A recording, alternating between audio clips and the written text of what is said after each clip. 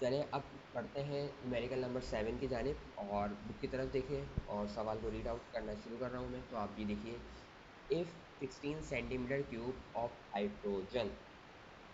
Sir ये क्या हमें दिया हुआ है, वॉल्यूम ऑफ हाइड्रोजन कितना है, 16 सेंटीमीटर क्यूब, ठीक है। अच्छा, और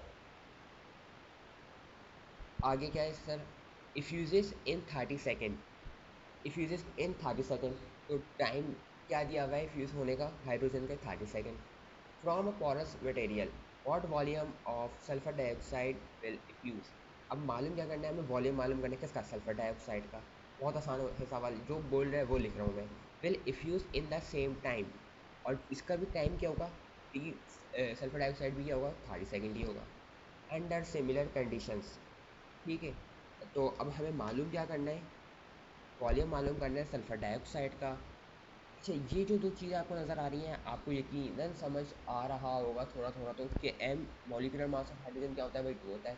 molecular mass of sulphur dioxide क्या होता है, 64। मैं निकाल के अब नहीं दिखाऊंगा कि ये किस तरह आया है, क्योंकि इतना डिटेल मुझे जाना नहीं है। न्यूमेरिकल के टाइम पूरे कंप्लीट करवाने हैं इंशाल्लाह, 2-3 दिन में।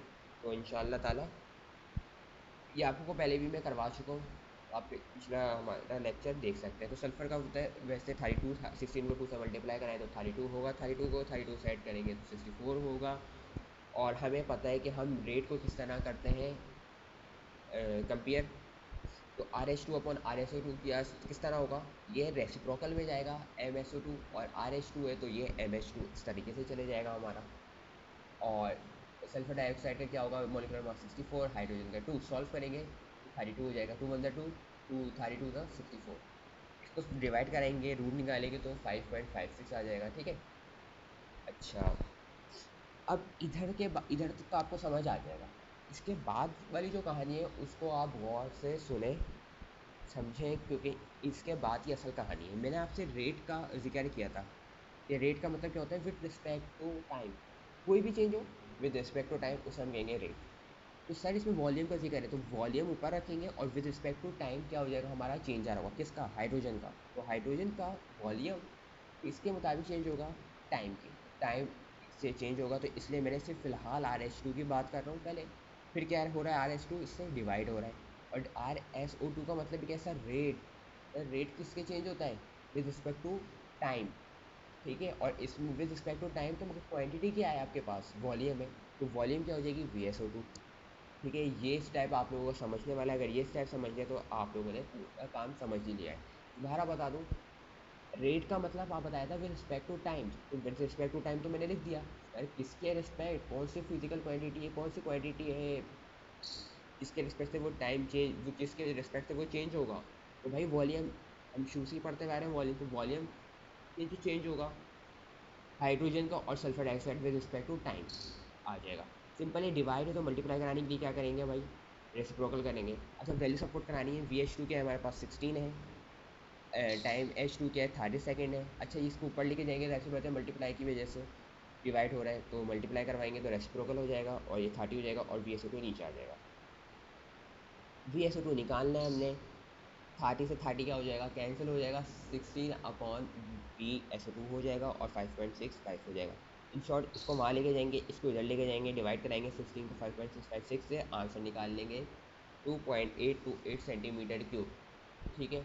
अच्छा, इधर एक सवाल पूछना बनता है, ठीक है। ये सवाल पूछना बनता है, सर इधर हम सेंटीमीटर क्यूब से DM क्यूब क्यों नहीं गए। सवाल में जा रहे हैं सर इसमें क्यों नहीं गए। तो भाई मेरी बात सुनो, हमें डेटा किस में गिवन है, सेंटीमीटर क्यूब पहला वॉल्यूम जो था। दूसरा वॉल्यूम किस में गिवन है हमारे पास, नहीं गिवन ही नहीं था सर खैर। अगर पहला वॉल्यूम किस में गिवन है हमारे पास, सेंटीमीटर क्यूब, तो जो दूसरा वॉल्यूम हमारे पास आएगा ना वो भी हमारा सेंटीमीटर क्यूब के अंदर आएगा, ठीक है। अगर हम क्वेश्चन नंबर 6 की बात कर लूँ मैं आपसे, तो इसमें क्या था, पहले भाई सेंटीमीटर क्यूब में पहला गिवन है और दूसरा क्या है, DM क्यूब में था, तो इसलिए मैं CM क्यूब से मैंने DM क्यूब में जाना ज़्यादा तरजीह दी, ठीक है। और जाना भी चाहिए वरना गलत हो जाएगा। तो आपको उम्मीद करता हूँ समझ आ गया होगा क्वेश्चन नंबर 7 का न्यूमेरिकल। अगर आ गया है तो हैंड रेस कर दें ताकि मैं आगे मूव ऑन कर जाऊँ। चलिए, वेल डन। क्वेश्चन नंबर 8 की तरफ हम मूव ऑन करते हैं। अच्छा, क्वेश्चन नंबर 8 या 6 इंशाल्लाह ताला पेपर में आएगा। और 7 को भी देख लिएगा, 7 एक अलग से सवाल है, इम्पोर्टेंट सवाल है, तो एक नज़र आप 7 पे भी नज़र मार लिएगा, मगर 6 और 8 तो भाई मोस्ट इम्पॉर्टेंट है, ठीक है। क्योंकि मैं आप लोगों को सिर्फ इम्पोर्टेंट नहीं करवा रहा, मैं इंशाल्लाह आप लोगों को पूरा तैयार करके भेज रहा हूँ बोर्ड के पेपर्स के लिए, तो हर सवाल करवाऊँगा इंशाल्लाह, तो आप लोगों ने भी प्रैक्टिस उसी तरीके से करनी है। चलिए क्वेश्चन नंबर 8 पढ़ते हैं। R40 dm cube of hydrogen gas. Sir एक वॉल्यूम नज़र आ रहा है V1 40 dm cube was collected over water. एक हाइड्रोजन गैस है, वो वाटर के ऊपर कलेक्ट हो रही है। अब वो क्यों हो रही है भाई, कुछ कंडीशंस को प्रोवाइड किया होगा, ये वाटर, ये कंटेनर है, के अंदर वाटर है, वाटर को कुछ कंडीशंस प्रोवाइड करी जा रही होंगी, तो उसके अंदर से क्या निकल रहा होगा, हमारे पास हाइड्रोजन गैस प्रोड्यूस हो रही होगी, ठीक है। अब जो हाइड्रोजन गैस प्रोड्यूस हो रही है, अच्छा जो वॉल्यूम होगा वो हमारा कितना होगा 40 डी एम क्यू, प्रेशर क्या होगा उस वक्त 831 टॉर, जो टेम्परेचर होगा वो कितना होगा भाई 23 को कन्वर्ट करेंगे कैलविन में तो 273 से ऐड करेंगे तो 296 कैलविन हो जाएगा। अब हमें मालूम क्या करना है, V2 मालूम करना है। सवाल पढ़ लेते हैं, ठीक है।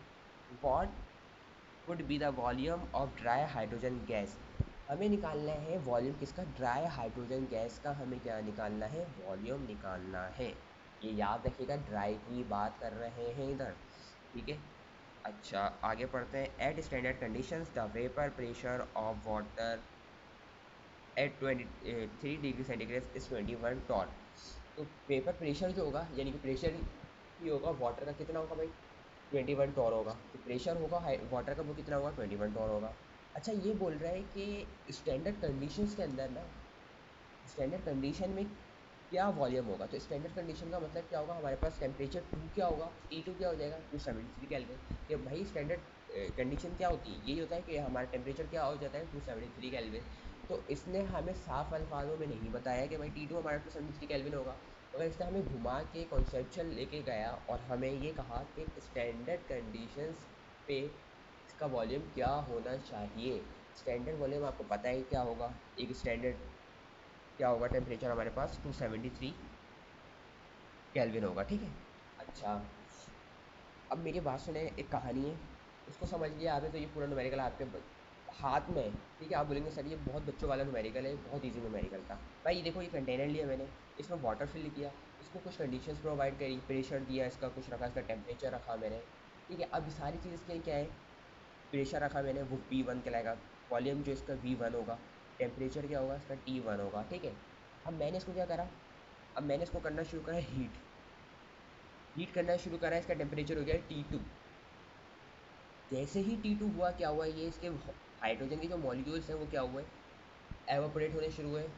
इन शॉर्ट हमें हाइड्रोजन प्रोड्यूस होते हुए मिली, ठीक है, हाइड्रोजन प्रोड्यूस होते हुए मिली। अब क्या होगा, उस जाहिर सी बात है जो हाइड्रोजन होगा, हाइड्रोजन के अंदर वाटर के मॉलिक्यूल्स होंगे, मॉइस्चर होगा हाइड्रोजन के मॉलिक्यूल्स के अंदर, क्योंकि जाहिर सी बात है वो वाटर के कुछ मॉलिक्यूल अपने साथ भी लेके निकलेंगे। जब वो अपने साथ मॉलिक्यूल्स लेके निकलेंगे हाइड्रोजन, तो जो वेपर प्रेशर होगा हमारे पास वाटर का वो कितना था 21 टॉर, ठीक है 21 टॉर था। अगर ये मॉलिक्यूल अपने साथ मॉइस्चर लेके जा रहा है, किसका, सर वाटर का ही, जाहिर सी बात है मॉइस्चर का मतलब ही पानी होगा, वाटर होगा, तो वाटर का जो प्रेशर होगा, अगर मैं इस मॉइस्चर में से, बात सुनो, अगर मैं इस मॉइस्चर में से हाइड्रोजन के मॉलिक्यूल्स, वाटर के मॉलिक्यूल्स निकाल दूँ, तो मेरे पास क्या बच जाएगा सर, ड्राई हाइड्रोजन गैस बच जाएगी। उम्मीद करता हूँ आपको समझ आ गया होगा, दोबारा रिपीट कर देता हूँ। ये हाइड्रोजन गैस है, एवापोरेट हो रही है, कुछ वाटर के मॉलिक्यूल्स लेके जा रही है अपने साथ, उनका प्रेशर क्या है 21 टॉर है।